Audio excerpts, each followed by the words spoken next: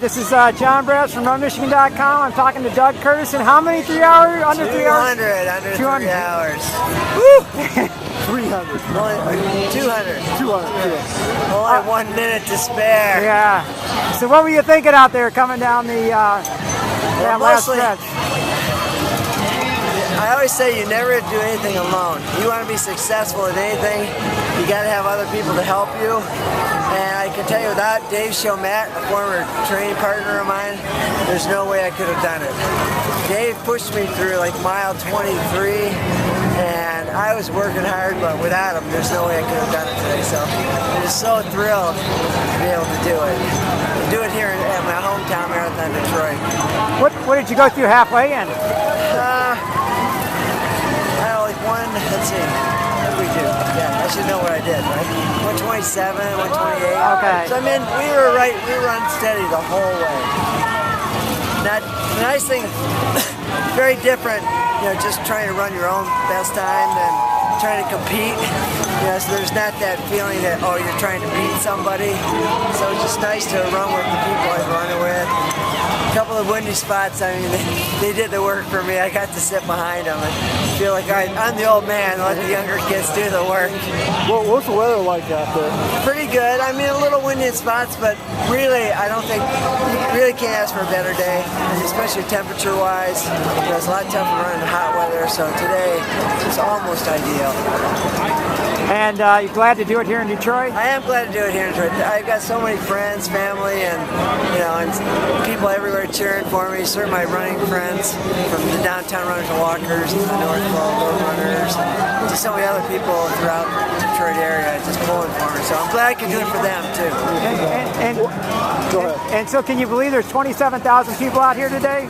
You know, it's amazing because you think, all right, when I was directing back in 1999, there were only 4,000 people, and you thought it was a big race then. Yeah. You know, so that says a lot about Detroit's running people. You know, the people here in Detroit.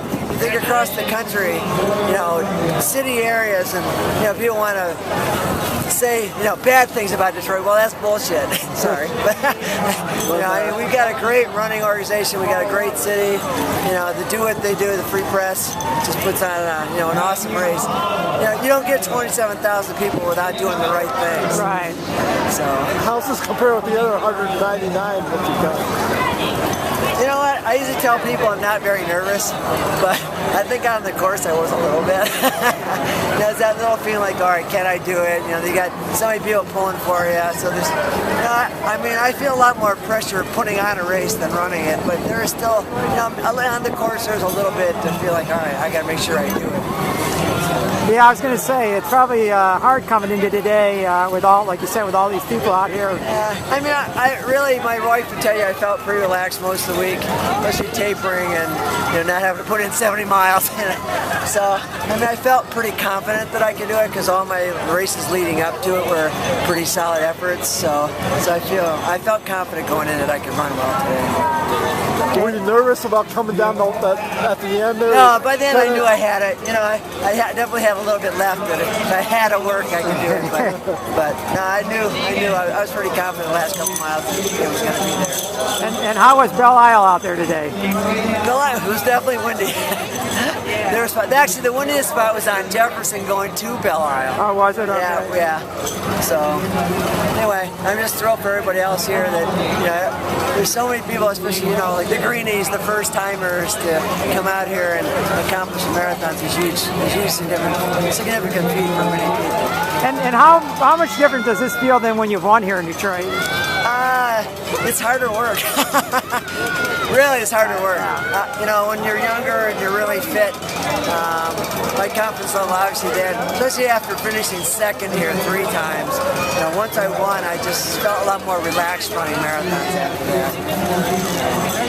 What's your PR and what's your best time here? PR is 2:13.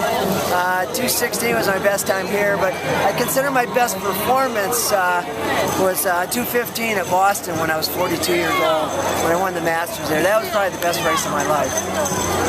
And what was your best performance here, though? 2:16. 2:16? Yeah, I did that several times with the years that I won. You went 4 times, right? Six in a row from 1987 to 1987 to 1992. So then I won the Masters 5 years in a row when I was 40.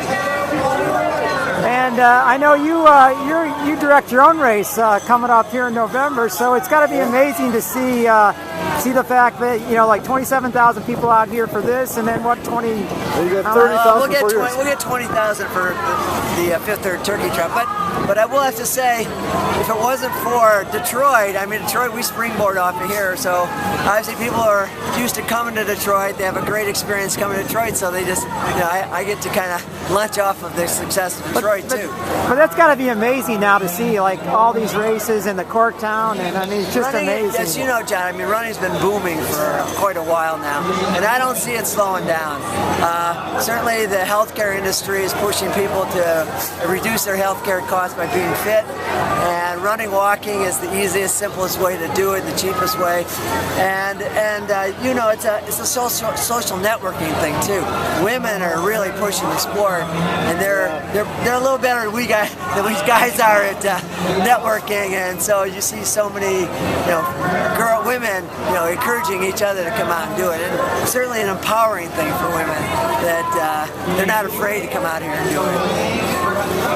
Well, congratulations today, Doug. I mean, great job out here, so I really appreciate the interview. So. Thanks, John. Thanks, Charles.